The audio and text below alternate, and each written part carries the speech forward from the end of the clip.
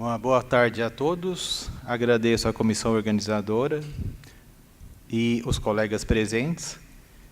E já que a apresentação é apenas de 10 minutos, serei bem sucinto no assunto e passar o recado. Agora, a questão da medicina tradicional chinesa que vou apresentar aqui é a vivência do meu dia a dia no consultório e na clínica diária, mais atuante na área de dor, no meu caso. Então, quando falamos em causas de cervicalgia, vamos passar rápido, porque todos aqui são profissionais já com uma boa quilometragem.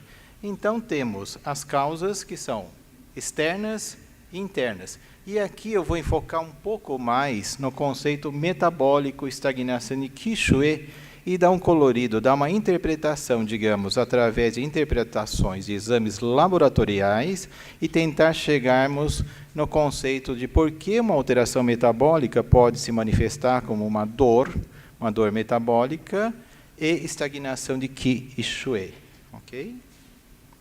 E sabemos que em conceitos de dor na medicina chinesa tem o agudo e o crônico. Na medicina ocidental, agudo e o crônico é basicamente o tempo discorrido.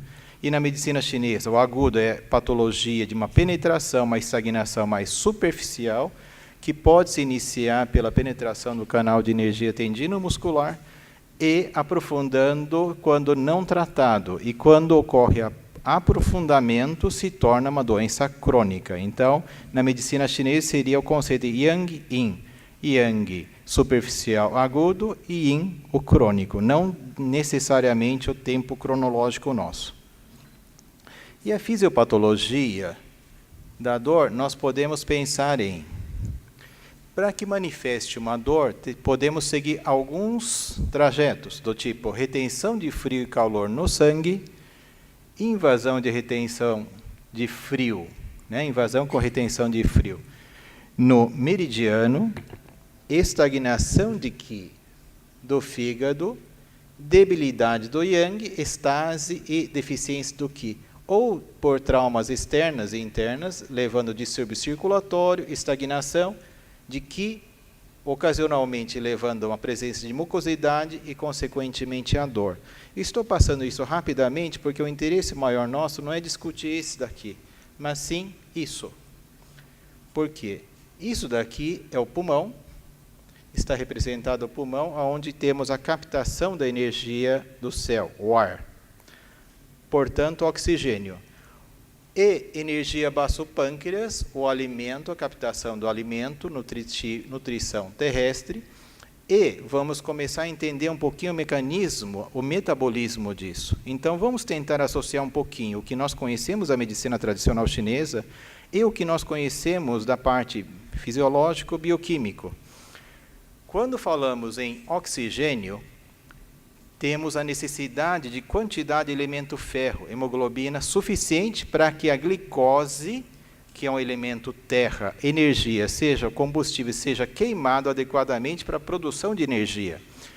E sabemos que quando essa proporção de oxigênio e glicose não é adequada, onde temos uma quantidade de oxigenação menor em relação à glicose, acaba sobrando glicose e levando a uma hiperglicemia funcional, devido à deficiência de O2, presença de O2. Isso significa que o corpo ele não desperdiça energia. Portanto, ele converte para glicogênio, para um estoque, e também para triglicerídeo, ok? Isso está bem claro. Então, esse triglicerídeo é um álcool, portanto, ele tem uma capacidade de Yang, capacidade de queimar, fleuma, calor. Portanto, uma produção do quê? De inflamação, uma oxidação. E tudo que oxida, tudo que inflama para o nosso corpo é estresse.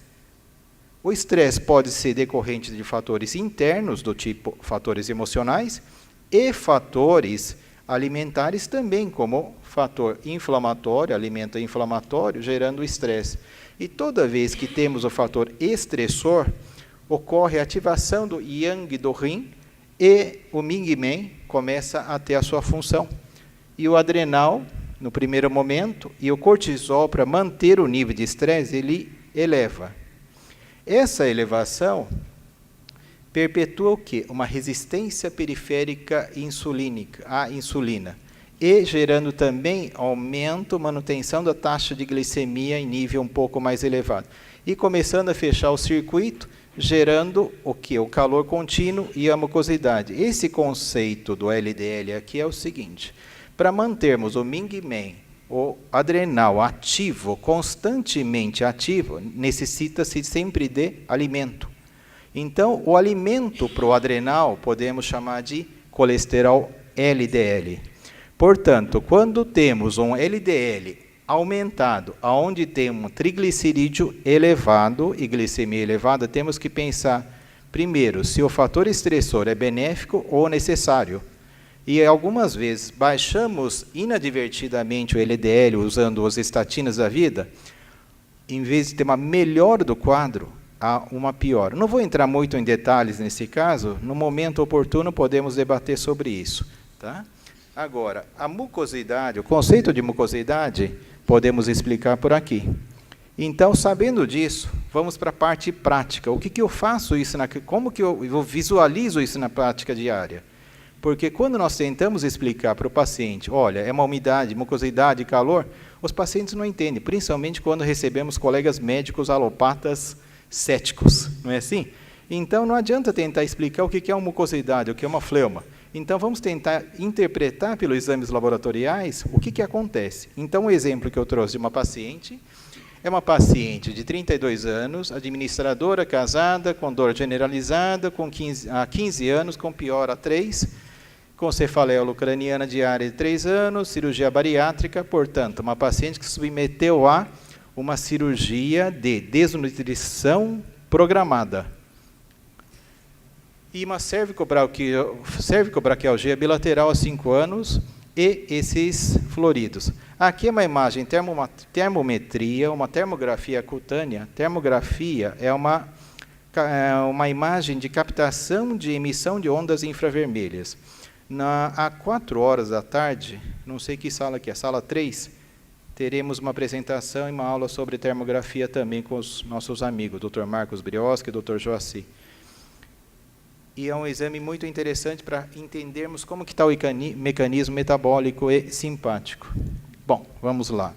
O que eu vejo nesses exames laboratoriais? Quando analiso o paciente no meu dia a dia, no consultório, eu uso o conceito da medicina tradicional chinesa, utilizo a acupuntura, mas uma ferramenta muito importante para mim hoje é o hemograma, porque nós conseguimos enxergar algumas coisas muito interessantes que mostram como que a patologia dolorosa pode ocorrer. Lembra do conceito da hemoglobina, do transporte de ferro? Então, aqui, o paciente apresenta 11,5 de hemoglobina. Algumas vezes, nós passamos batido por isso.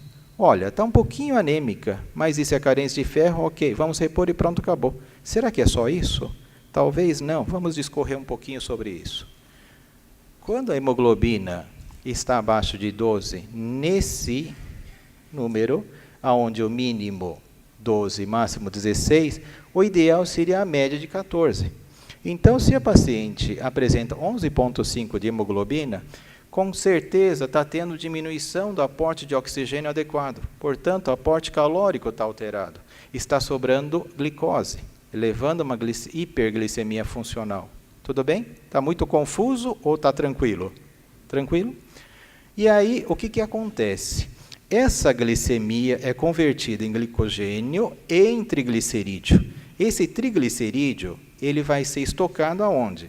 Nas vísceras, nas gorduras, no tecido adiposo das vísceras e órgãos e, predominantemente, no fígado também, levando uma esteatose hepática, um processo inflamatório do fígado. O GAN, que é muito importante para o nosso dia a dia. Nós que fazemos a medicina tradicional chinesa sabemos que a manifestação de calor, fleuma, gordura no fígado é muito complexo. E quando começamos a entender um pouquinho aqui da hemoglobina, vamos para o conceito aqui do hematócrito. Sabemos que, para calcular o número do hematócrito, tem uma regra muito simples. Pega a hemoglobina e multiplique por 3. E aí temos a quantidade de hemoglobina esperada, hematócrito esperado. E nesse caso, o que nós estamos encontrando? Uma paciente de 11,5 de hemoglobina, temos HT de 39. Significa que o esperado seria por volta de 34,5, 35 ou 35 de HT, e nós temos 39. Isso significa uma hemoconcentração. Uma hemoconcentração significa que temos dificuldade de circular o Xue e Qi. Isso significa que nós temos uma shunt arteriovenosa, que podemos ver aqui no exame de termografia, como amputação dos dedos. Significa que não tem um calor irradiante, não tem um calor suficiente para que faça a troca de oxigênio, levando um sinal clássico de que o tecido não está recebendo o oxigênio adequado, então está hipoxêmico, e levando um quadro de mucosidade e estagnação. E vou correr um pouquinho porque o tempo é escasso. Tá? E aqui sabemos que o volume corpuscular médio está 84,93, significa que temos quantidade de ferro deficiente. Além da hemoglobina, podemos enxergar isso pelo volume corpuscular médio. Depois vamos discorrer outros conceitos junto ao conceito de falta de B12 e B9.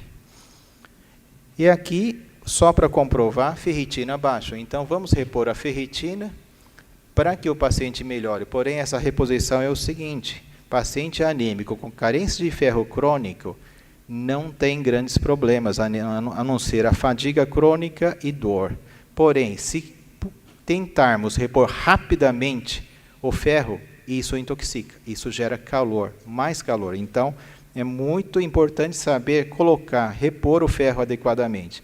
E pelo tempo, vamos pular um pouquinho o B12 e no momento do talk show nós vamos conversar se isso tiver interesse aos senhores. Muito obrigado.